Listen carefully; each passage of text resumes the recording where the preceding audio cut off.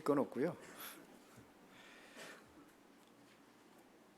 명절들 잘 쉬셨어요? 아직도 명절에 후유증이 좀 남아있는 것 같아가지고 기도하겠습니다. 전능하시고 살아계신 아버지 하나님, 오늘 이 시간에 말씀 앞에 섰습니다. 주께서 말씀하실 때에 하나님의 말씀을 우리가 마음에 담는 시간이 되게 하여 주시고, 한 주간도 성령 인도받는 축복된 은혜의 시간이 되도록 주의 성령이 역사하여 주옵소서. 예수 그리스도 이름으로 기도드리옵나이다.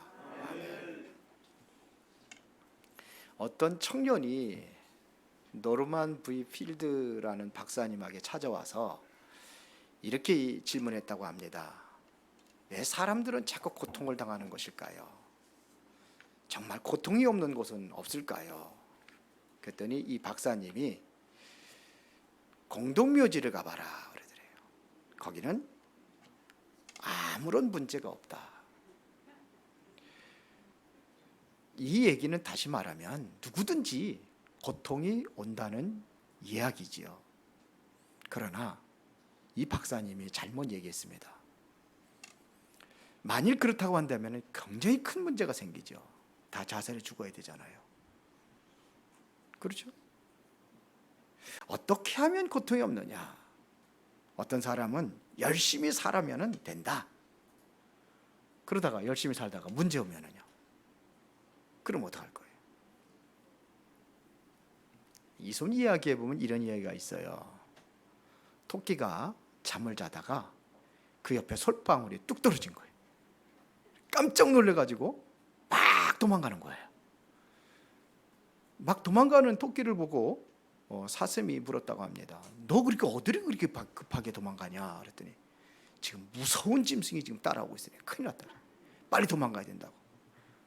그랬더니 이 사슴도 자기도 모르게 막 도망가는 거예요.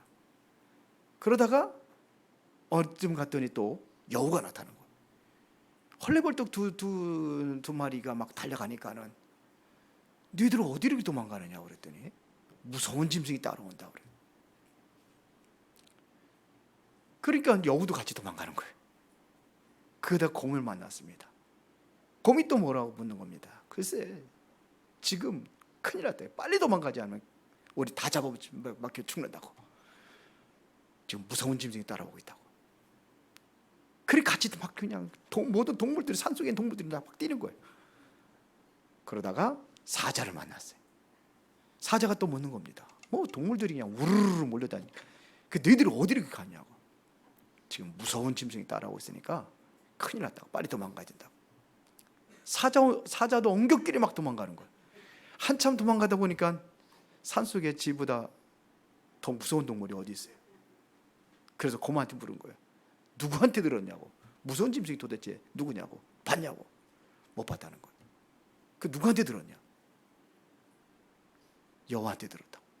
여우는 누구한테 들었어요? 사슴한테 들었다고. 사슴은 누구? 토끼한테 들었다고. 토끼한테 다 몰려드는 겁니다. 도대체 무서운 짐승이 뭐냐? 봤냐? 모른다는 거예요. 이게 어른들이 들어야 될 말이에요. 무언지도 모르고 열심히 살아가고 있어요. 열심히 힘들어가지고 일하면서, 그러면서 요즘에는 혼자 살기 힘들다고 그러면 맞벌이 부부 그냥 총동원해가지고 그렇게 살아가고 있습니다. 그렇다고 고난이 없습니까? 우리 인간에게는 끝없는 고난이 옵니다. 아브라함이 큰 고통 속에 빠져 있었어요. 형이 죽었지요. 아버지도 죽었지요. 그런데 어느 날 갑자기 하나님께 나타나가지고 갈대와 우르를 떠나라는 거예요. 말이 되는 소리입니까? 계속해서 고난 속에 살아가고 있는데 왜 그랬을까요? 엄청난 언약을 가진 아브라함입니다. 하나님의 큰 언약을 가진 아브라함이에요. 그런데 우상 숭배하면서 우상 숭배하는 그 현장에서 밥 먹고 사는 게 그게 맞는 겁니까? 고난이 오는 거 당연한 거예요. 왜요? 떠나야 되기 때문에. 하나님께서 야곱을 축복해 주셨습니다. 태어나기 전부터 야곱을 축복하셨습니다. 그런데 거기에 대한 언약을 놓쳐버리고 맨날 설거지나 하고 있고 엄마 밥하는데 도와주고 이렇게 하고 있으니까 하나님께서 야곱에게 성령 충만 주겠습니까? 줄 리가 없죠. 그러니까 고난이 닥치는 거예요. 형 에서가 죽이려고 하잖아요. 야밤에 도망을 합니다.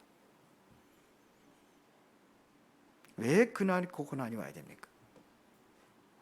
그리고 외삼촌 집에 가가지고 한 20년 동안 살다가 결국 이제 외삼촌 집에 빠져나오는데 또 이때는 또 형이 또 그냥 400명의 군사를 이끌고 지금 야곱을 잡으려고 쫓아오는 거예요. 그때 야곱이 어떤 기도를 합니까? 살려달라는 기도하는 거 아니에요. 야복강에서 살려달라는 기도.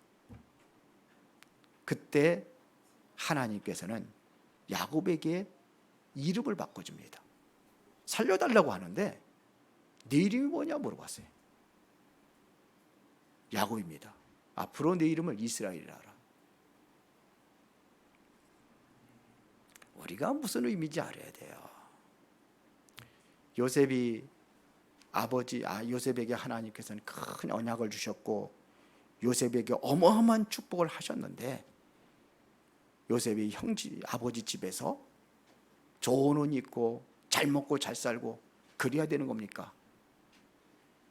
아니면 고난을 통해서라도 요셉에게 하나님께 주신 축복을 이루기 위하여 노예로 가는 게 정상입니까? 노예로 가야 돼요. 우리가 무슨 의미인지 잘 알아야 돼요. 고통의 이유가 뭐냐 이거예요. 세상 사람들은 죽도록 노력을 하는데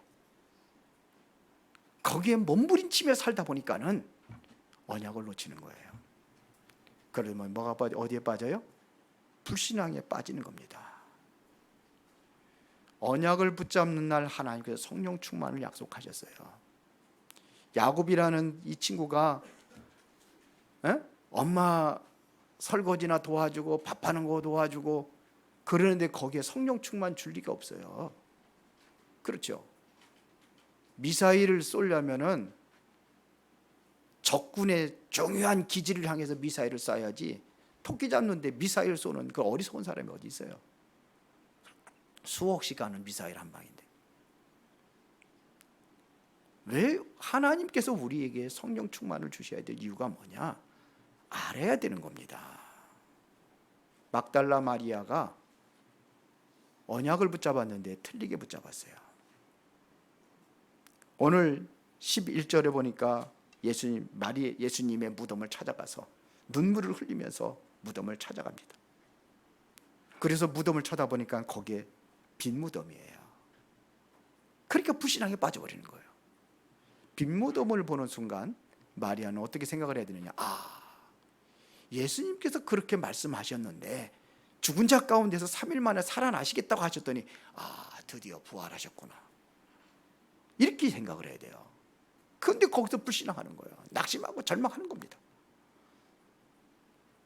예수님께서 옆에 서 계신데도 불구하고 예수님인 줄을 알지 못하고 동산지기인 줄 착각하고 있어요.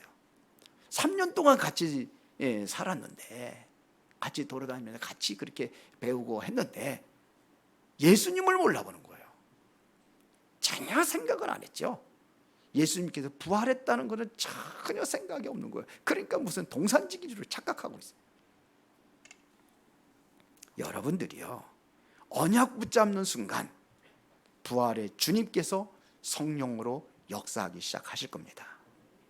여러분들이 진정으로 복음을 할 때 그때부터 하나님께서 응답의 문을 열어주시고 여러분들이 하나님의 은혜가 무엇인지를 체험하게 되고 그러면 여러분들은 진정한 감사하는 삶을 살아갈 수밖에 없습니다. 우리가 살아야 될 이유가 있잖아요. 하나님이 이 땅에 살아야 될 이유를 얘기합니다. 여러분들이 고통 가운데 사는데 왜 이 땅에 살아야 되는지 이유가 있습니다. 너희는 먹든지 마시든지 무엇을 하든지 다 하나님의 영광을 위해서 하라.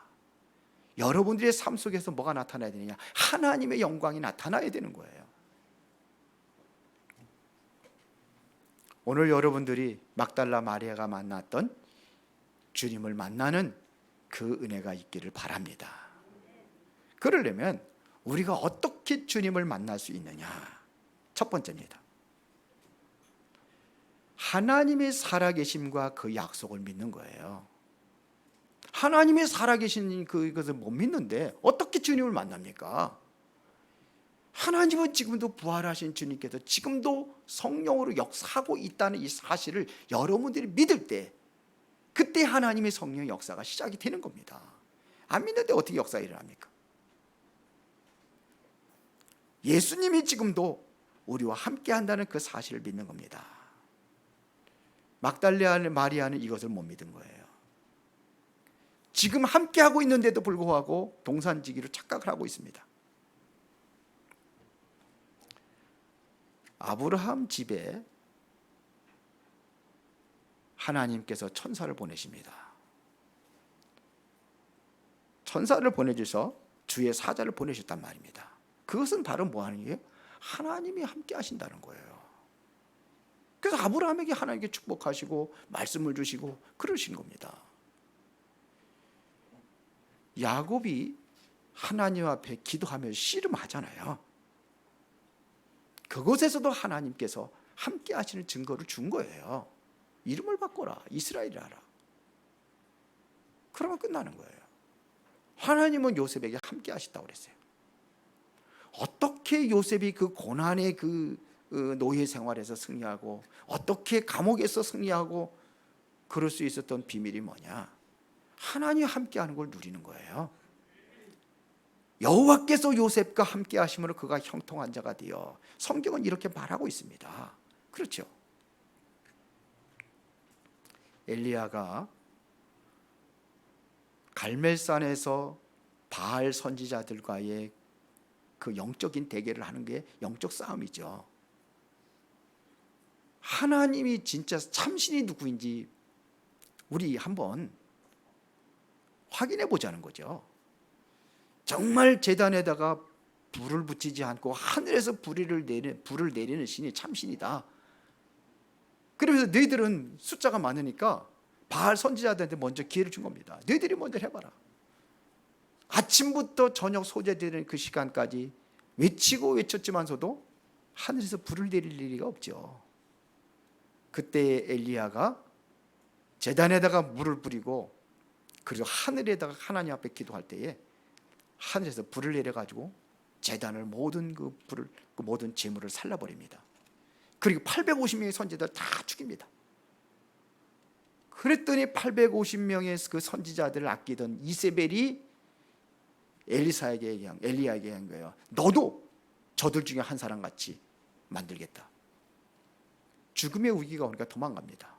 로뎀나무 밑에 쓰러져 가지고 죽기를 구합니다. 죽여달라고. 차라리 선지자들 다 죽고 나만 남았는데 저들이 나의 목숨까지도 지금도 해치려고 하고 있으니까 차라리 죽여달라. 그때 하나님께서 물과 떡을 갖다 주고 그걸 먹고 힘을 얻어가지고 40주야를 걸어서 호렙산에 갑니다. 호렙산에 또 구레야 들어가 앉아가지고 또 얘기하는 거예요. 차라리 죽여달라고. 그때 하나님께서 엘리야를 굴 밖으로 나오게 해서 이야기합니다. 너만 남은 게 아니다. 내가 7천 제자를 숨겨놨다. 그리고 너를 핍박했던 그 왕 내가 바꿀 것이다. 그리고 내 후계자 엘리사를 세워라. 이게 하나님의 세미한 음성이에요. 내가 지금 처해 있는 고난과 어려움과 문제 속에서 그러면서 하나님이 없는 것처럼 그렇게 생각하고 있는데 하나님은 그렇지 않았다는 얘기입니다. 모든 이것들을 주관하고 계시고 하나님의 계획 속에서 지금도 인도하고 계심을 여러분이 믿으셔야 됩니다. 그게 하나님과 함께하는 거예요. 엘리야는 나와 하나님과 함께한다고 생각하지 않았어요. 불을 내리고 850명의 선지자를 죽이고 그때는 하나님과 함께하고 있는 것 같았는데 죽음의 위기가 오니까 절망하고 낙심하고 우리 인간들의 모습이 우리들의 모습이 아닌가 이런 생각을 해봅니다. 하나님은 지금도 함께하고 계십니다. 맞습니까? 이 약속을 믿어야 돼요. 조용한 가운데 하나님의 세미한 음성을 들을 수 있는 그 은혜가 있기를 바랍니다. 하나님의 살아계심의 약속을 믿어라. 거기에는 하나님이 함께하는 것. 또 하나는 그리스도의 죽음과 부활의 약속을 믿어라. 그래야 하나님이 함께할 거 아닙니까?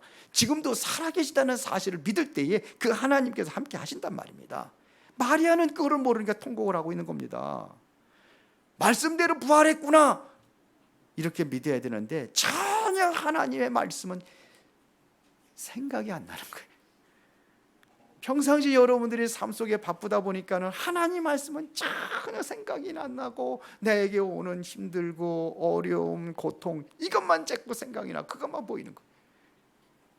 그러니까 하나님께 역사할 리가 없죠.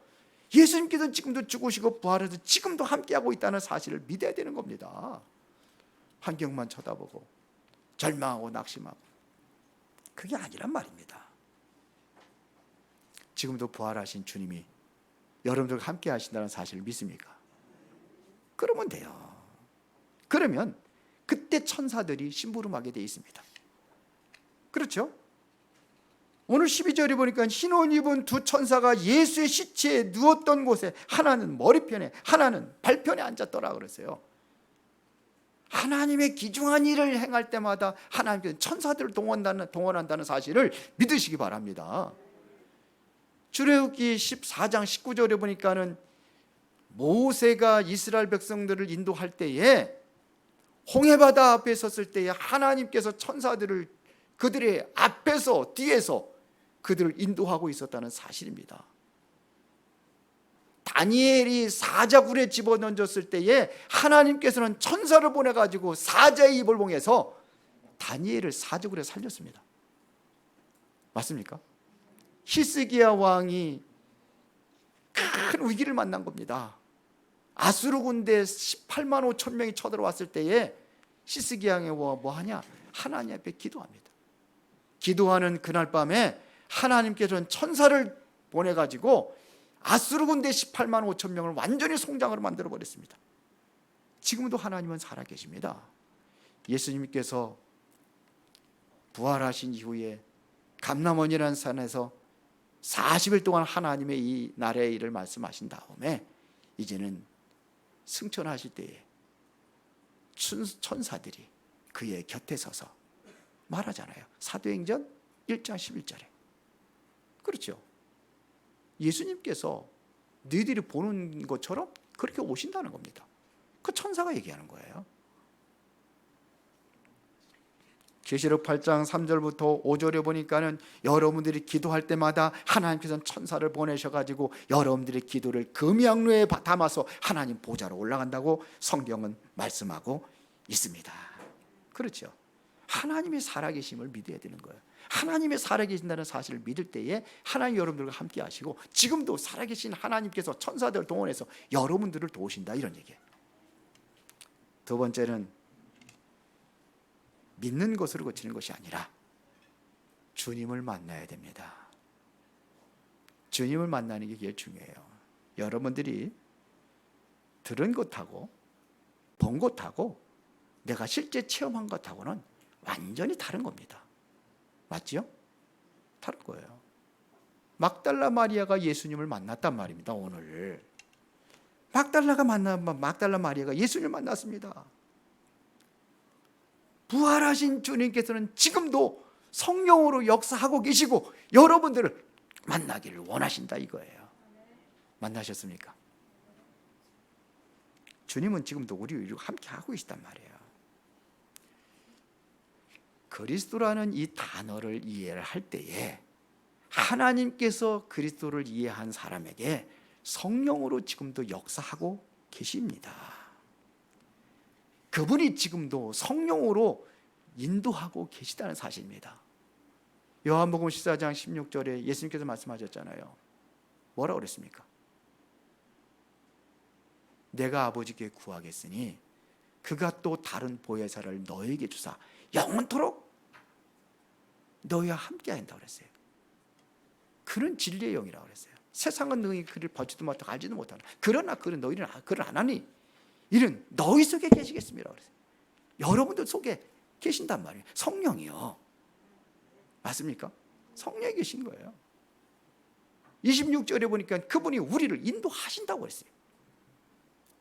인도하십니다. 14장 27절에 보니까 26절에 보니까 가르치고 생각나게 하시고 27절에 보니까 뭐라 했어요? 평안을 주신다 그랬어요. 우리에게 평강을. 이건 세상이 주는 것 같은 다른 평안을 우리에게 준다고 그랬어요.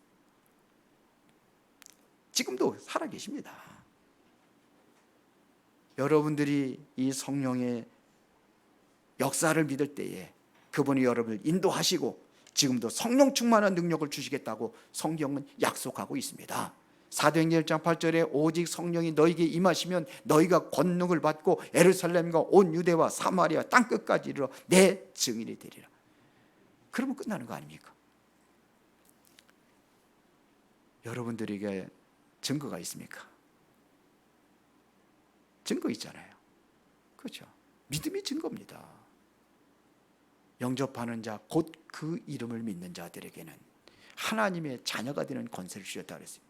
예수가 그렇다는 사실을 믿는 믿음 안에 있는 자들에게 여러분들이 하나님의 자녀라는 사실을 알고 있을 때 그때부터 하나님께서는 지금도 성령의 능력으로 역사하고 계십니다. 그분이 여러분을 인도하시고 여러분들이 응답하십니다. 그래서 예수님께서 약속하셨잖아요. 내 이름으로 무엇인지 구하면 내가 시행하리라. 지금까지는 너희가 내 이름으로 구하지 않았어요. 구하라 그리함 받으니 너희 입에 충만하리라. 이게 바로 하나님의 성령의 역사가 여러분들 예수 이름으로 기도할 때 그때 일어나는 겁니다. 그분이 어떤 이름입니까? 만물이 복종하는 이름이라고 그랬잖아요. 모든 이름에 뛰어난 이름, 만물이 복종하는 이름, 그리스도예요.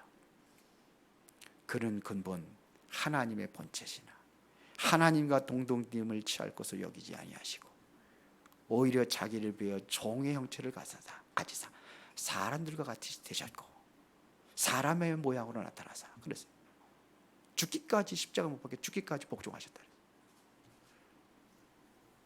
근본 하나님의 본체예요.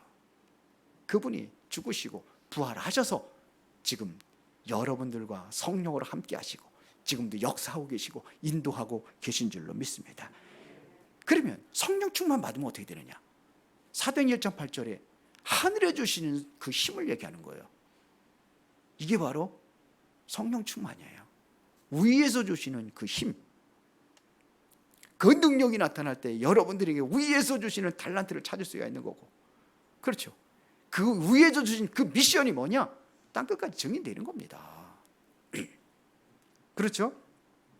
그래서 세 번째는 증거하는 기쁨 속으로 들어가라 하는 얘기입니다. 오늘 18절에 예수님 만난 막달라 마리아가 어떻게 얘기합니까? 가서 제자들에게 내가 주를 보았다 하고 또 주께서 자기에게 이렇게 말씀하셨다. 모든 것 다 이루는 거예요. 주님께서 어떤 말씀을 하셨는데 그 말씀 다 그대로 증거하는 거예요. 이게 증인입니다. 이게 증인의 기쁨 속으로 들어가시기를 바랍니다. 이 언약을 붙잡으면 여러분들이 그렇게 되어지게 되어 있습니다.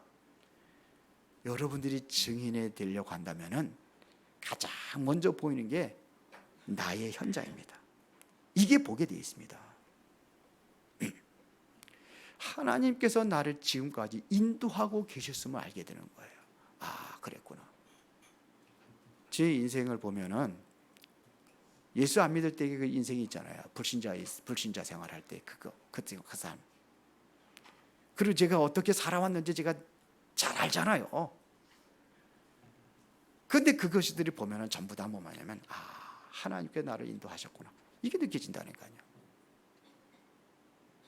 제가 불신자로 있을 때에 그때의 삶들이 보면은 그렇구나. 제가 이해가 돼요. 저같이 똑같이 살아온 사람들이 이해가 되는 거예요. 그래서 그렇구나. 그래야 복음의 증이 될 거 아닙니까? 그러니까 그게 과거가 그게 그냥 있는 게 아니에요. 하나님께서 사도 바울은 뭐라 하냐면 창세전에 나를 선택하셨다고 그랬거든요. 예정하셨다고 되어 있습니다. 에베소 1장 3절 5절에 창세전에 그런데 바울이 예수 믿는 건 언제입니까? 다메섹 도상에서 예수 만났었거든요. 그 이전에는요, 예수님 핍박하는 자리에 있었어요. 하나님은 다 알고 계셔요. 과거에 불신자로 있었지만서도 알고 계셔요. 하나님께서는 언제 그 시간표가 돼서 그를 구원하셨어요, 바울을. 그 이전에 바울은 어떻게 했습니까? 세상 스펙 쌓으면서 성공을 해서 뭐 달려왔잖아요. 그런데 그것을 다 바울이 배설물이라고 해서 배설물이 된 겁니까? 아니잖아요. 현장, 나의 현장을 보는 거예요. 나의 과거의 삶의 모든 현장들이 이게 전부 다 뭐냐면 하나님께서 나를 쓰기 위한 과정이었다는 사실이 보여지는 겁니다. 이게 보여지는 거예요. 아, 하나님께서 지금까지 나를 이렇게 인도하셨구나. 어렵고 힘들었던 과정들, 아, 그래서 그랬구나. 이해가 되는 거예요. 그러면 어떤 현장이 보냐면 세상의 현장이 보여요. 세상에 다른 사람들이 보이는 거예요. 다른 사람들이 어떻게 살고 있는지, 아, 저렇구나. 과거에 나하고 똑같네. 아, 저 사람이 예수 믿어야 되는데, 저 문제가 어떻게 해결되는데, 예수 그리스도를 통해서 해결되는데, 불신자 상태의 과거의 나의 상태가 똑같네. 보여지는 겁니다. 그래야 증이 될 거 아닙니까?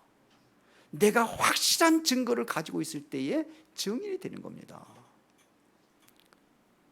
여러분들이 구원받은 증거 있어요? 증거 내놔 보세요. 증거가 어디 있습니까?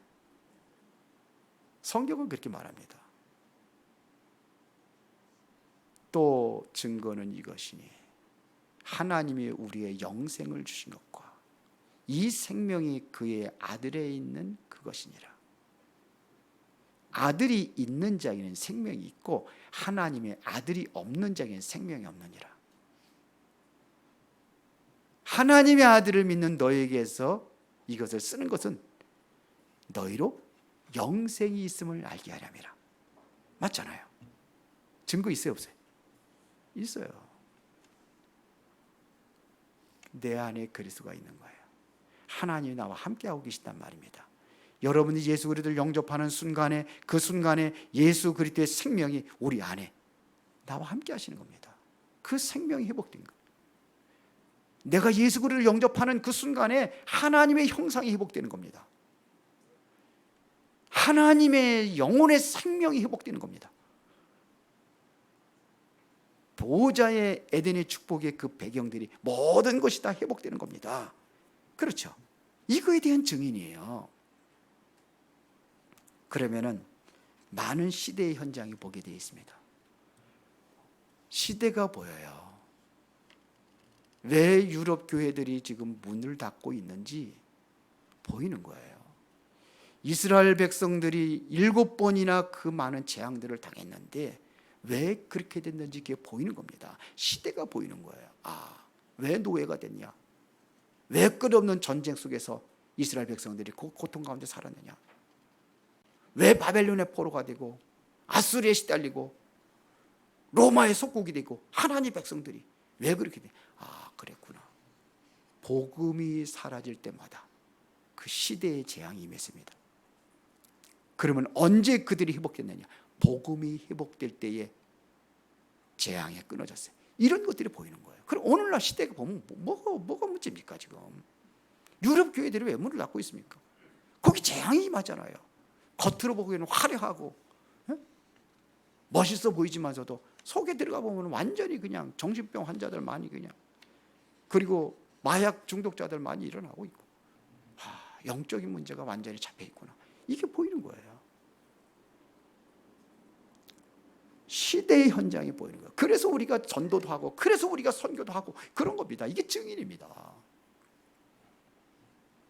부활하신 주님이 성령으로 함께하고 있다는 이 사실을 믿으면은 보게 되어 있고, 보면은 말하게 되어 있습니다. 말하는 기쁨이 이게 최고의 기쁨이에요. 생명 살리는 기쁨이 최고의 기쁨입니다.